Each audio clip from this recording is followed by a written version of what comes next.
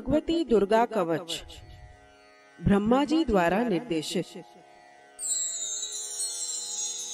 ओम नमः चंडिकायै।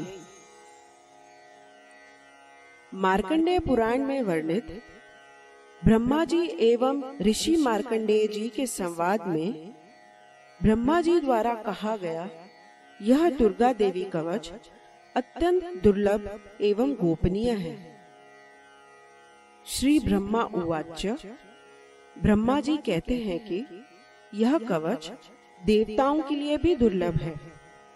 इस कवच का धारण करने से मनुष्य तीनों लोकों में पराजित नहीं हो सकता, उसकी अपमृत्यु भी नहीं हो सकती, उसे किसी भी प्रकार के रोग नहीं हो सकते, उस मनुष्य के ऊपर कोई भी मारण मोहन के मंत्र यंत्र काम नहीं करते तथा उसे देखकर अनिष्टकारक देवी देवता, ग्रह, भूत, पिशाच आदि भाग जाते हैं।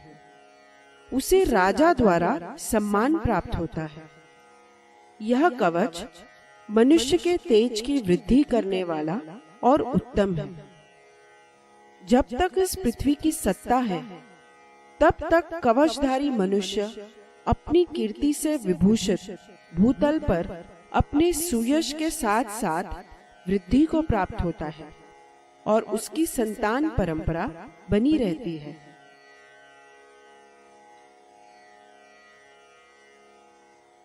इस कवच के ऋषि ब्रह्मा जी हैं। छंद यानी गाने की शैली अनुष्टुप है। इस कवच की प्रमुख देवता देवी चामुंडा है। देवी माँ के नामों से अंगों में न्यास करना या स्थित होने की भावना करना ही इसका बीज है। सभी दिशाओं का बंधन करके साधक को सुरक्षा प्रदान करना ही इस कवच का मूल तत्व है और श्री जगदम्बा की प्रीति के लिए ही इसका उपयोग होता है। इस कवच का पाठ करते समय हमें इस प्रकार देवी का ध्यान करना चाहिए। देवी की 9 मूर्तियां हैं जिन्हें नव दुर्गा कहते हैं। उनके पृथक पृथक नाम बतलाए जाते हैं। प्रथम नाम शैलपुत्री है। दूसरी मूर्ति का नाम ब्रह्मचारिणी है।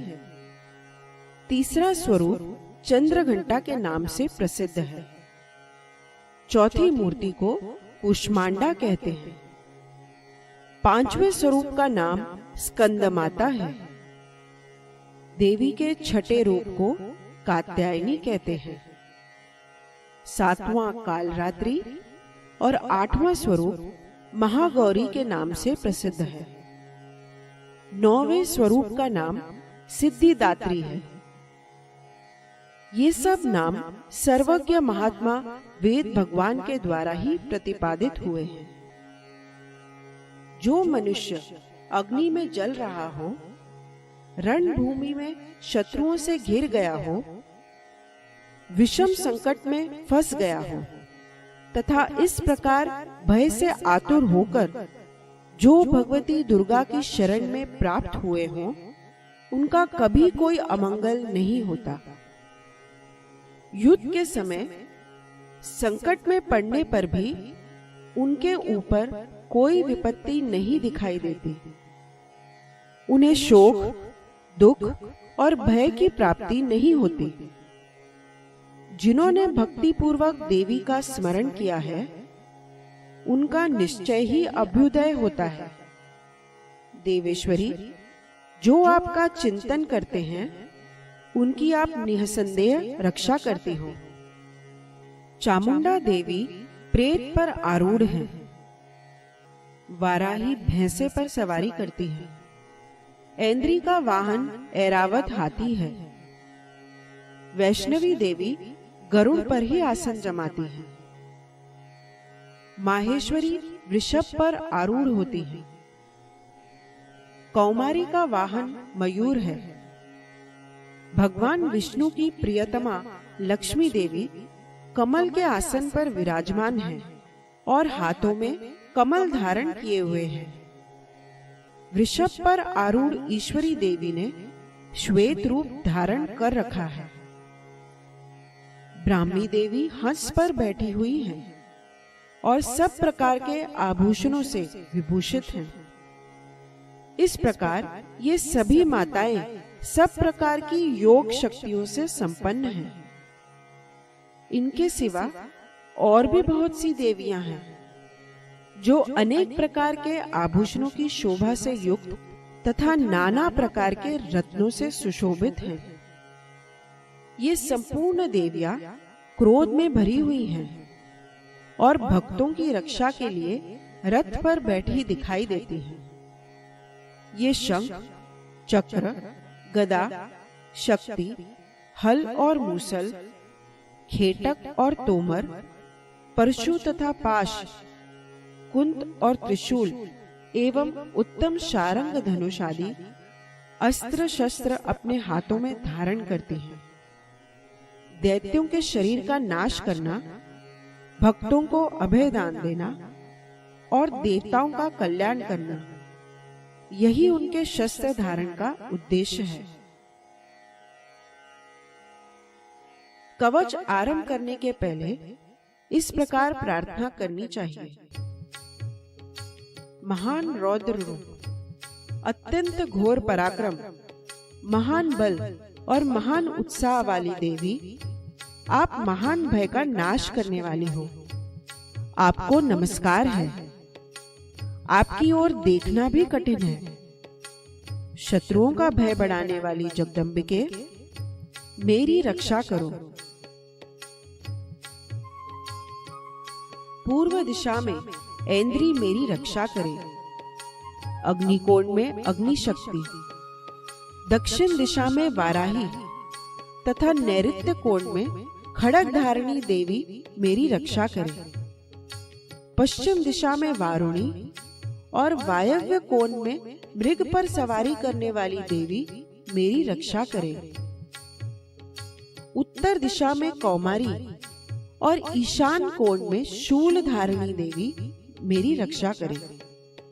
ब्रह्माणी, आप ऊपर की ओर से मेरी रक्षा करो और वैष्णवी देवी नीचे की ओर से मेरी रक्षा करे। इसी प्रकार शव को अपना वाहन बनाने वाली चामुंडा देवी दसों दिशाओं में मेरी रक्षा करे। जया आगे से और विजया पीछे की ओर से मेरी रक्षा करे। वाम भाग में अजिता और दक्षिण भाग में अपराजिता रक्षा करे। उद्योतनी शिखा की रक्षा करे। उमा मेरे मस्तक पर विराजमान होकर रक्षा करे। ललाट में मालाधरी रक्षा करे और यशस्विनी देवी मेरे भवों का संरक्षण करे। भवों के मध्य भाग में त्रिनेत्रा और नथुनों की यम घंटा देवी रक्षा करे। दोनों नेत्रों के मध्य भाग में शंखिनी और कानों में द्वारवासिनी रक्षा करे। कालिका देवी कपोलों की और भगवती शांकरी कानों के मूल भाग की रक्षा करे। नासिका में सुगंधा और ऊपर के ओठ में चर्चिका देवी रक्षा करे। नीचे के ओठ में अमृत कला और जिह्वा में सरस्वती देवी रक्षा करे। कौमारी दांतों की और चंडिका कंठ प्रदेश की रक्षा करे। चित्र घंटा गले की घाटी की और महामाया तालू में रहकर रक्षा करे। कामाक्षी ठोड़ी की और सर्वमंगला मेरी वाणी की रक्षा करे। भद्रकाली ग्रीवा में और धनुर्धरी पृष्ठवंश में रहकर रक्षा करे। कंठ के भारी भाग में नीलग्रीवा और कंठ की नली में नलकुबरी रक्षा करे। दोनों कंधों में खड़गिनी और मेरी दोनों भुजाओं की वज्रधारिणी रक्षा करे। दोनों हाथों में दंडिनी और उंगलियों में अंबिका रक्षा करे। शूलेश्वरी नखों की रक्षा करे। कुलेश्वरी कुक्षी यानी पेट में रहकर रक्षा करे। महादेवी दोनों स्तनों की और शोक विनाशिनी देवी मन की रक्षा करे। ललिता देवी हृदय में और शूल धारिणी उदर में रहकर रक्षा करे। नाभि में कामिनी और गुह्य भाग की या गुप्तांगों की गुह्येश्वरी रक्षा करे। पूतना और कामिका लिंग की और महिषवाहिनी गुदा की रक्षा करे। भगवती कटिभाग में और विंध्यवासिनी घुटनों की रक्षा करे। संपूर्ण कामनाओं को देने वाली महाबला देवी दोनों पिंडलियों की रक्षा करे। नारसिंही दोनों घुटियों की और तेजसी देवी दोनों चरणों के पृष्ठ भाग की रक्षा करे। श्रीदेवी पैरों के अंगुलियों में और तलवासिनी पैरों की तलुओं में रहकर रक्षा करे। अपनी दाढ़ों के कारण भयंकर दिखाई देने वाली दंष्ट्रा कराली देवी नखों की और ऊर्ध्वकेशिनी देवी केशों की रक्षा करे। रोमावलियों के छिद्रों में कौबेरी और त्वचा की बागेश्वरी देवी रक्षा करे। पार्वती देवी रक्त, मज्जा, वसा, मांस, हड्डी और मेद की रक्षा करे। आंतों की काल रात्रि और पित्त की मुकुटेश्वरी रक्षा करे। मूलाधार आदि कमल कोशों में पद्मावती देवी और कफ में चूड़ामणि देवी स्थित होकर रक्षा करे। नख के तेज की ज्वालामुखी रक्षा करे। जिसका किसी भी अस्त्र से भेदन नहीं हो सकता, वह अभेद्या देवी शरीर की समस्त संधियों में रहकर रक्षा करे। ब्रह्माणी, आप मेरे वीर्य की रक्षा करें। छत्रेश्वरी छाया की और धर्मधारिणी देवी मेरे अहंकार, मन और बुद्धि की रक्षा करें। हाथ में वज्र धारण करने वाली वज्रहस्ता देवी मेरे प्राण, अपान, व्यान, उदान और समान वायु की रक्षा करें। कल्याण से शोभित होने वाली भगवती कल्याण शोभना मेरे प्राण की रक्षा करें। रस, रूप, गंध, शब्द और स्पर्श, इन विषयों का अनुभव करते समय योगिनी देवी रक्षा करे तथा सत्वगुण, रजोगुण और तमोगुण की रक्षा सदा नारायणी देवी करे। वाराही आयु की रक्षा करें। वैष्णवी धर्म की रक्षा करें तथा चक्रिणी चक्र धारण करने वाली देवी यश, कीर्ति, लक्ष्मी, धन तथा विद्या की रक्षा करें। इंद्राणी, आप मेरे गोत्र की रक्षा करें। चंडिके, आप मेरे पशुओं की रक्षा करो। महालक्ष्मी, मेरी संतान की रक्षा करें और भैरवी मेरे जीवन साथी की रक्षा करें।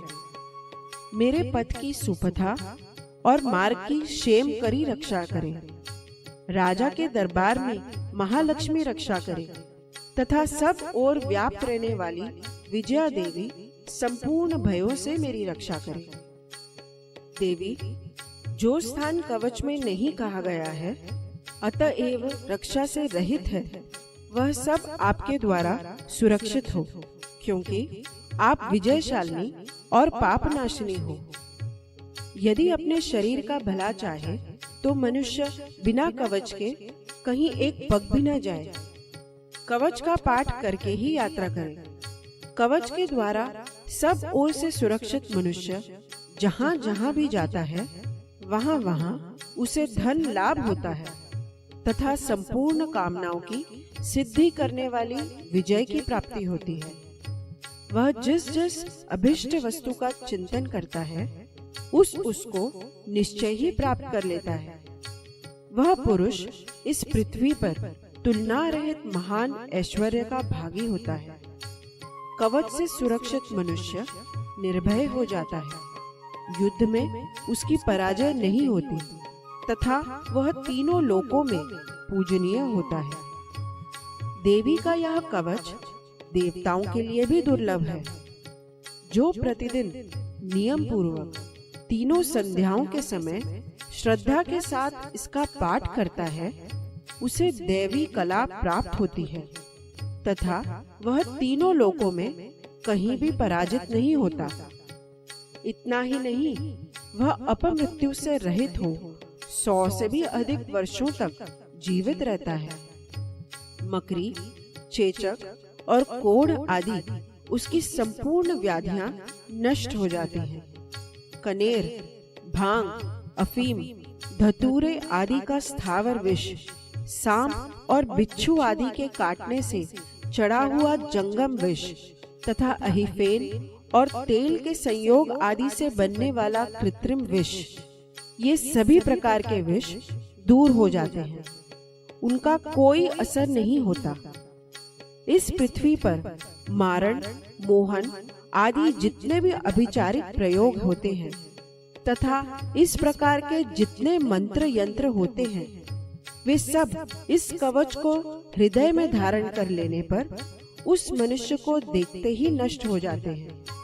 ये ही नहीं, पृथ्वी पर विचरने वाले ग्राम देवता, आकाशचारी देव विशेष, जल के संबंध से प्रकट होने वाले गण, उपदेश मात्र से सिद्ध होने वाले निम्न कोटि के देवता, अपने जन्म के साथ प्रकट होने वाले देवता, कुल देवता, माला, डाकिनी, शाकिनी, अंतरिक्ष में विचरने वाली अत्यंत बलवती भयानक ढाकनियां, ग्रह, भूत, पिशाच, यक्ष, गंधर्व, राक्षस, ब्रह्म राक्षस, बेताल, कुष्मांड और भैरव आदि अनिष्टकारक देवता भी हृदय में कवच धारण किए रहने पर उस मनुष्य को देखते ही भाग जाते हैं।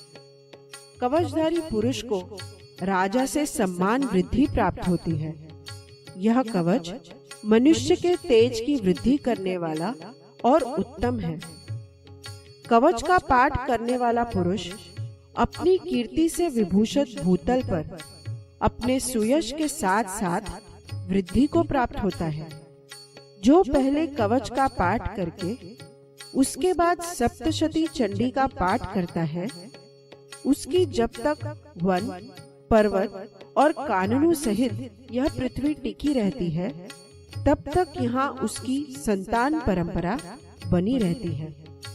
फिर देह का अंत होने पर वह पुरुष भगवती महामाया के प्रसाद से उस नित्य परम पद को प्राप्त होता है, जो देवताओं के लिए भी दुर्लभ है। वह सुंदर दिव्य रूप धारण करता है और कल्याण में शिव के साथ आनंद का भागी होता है।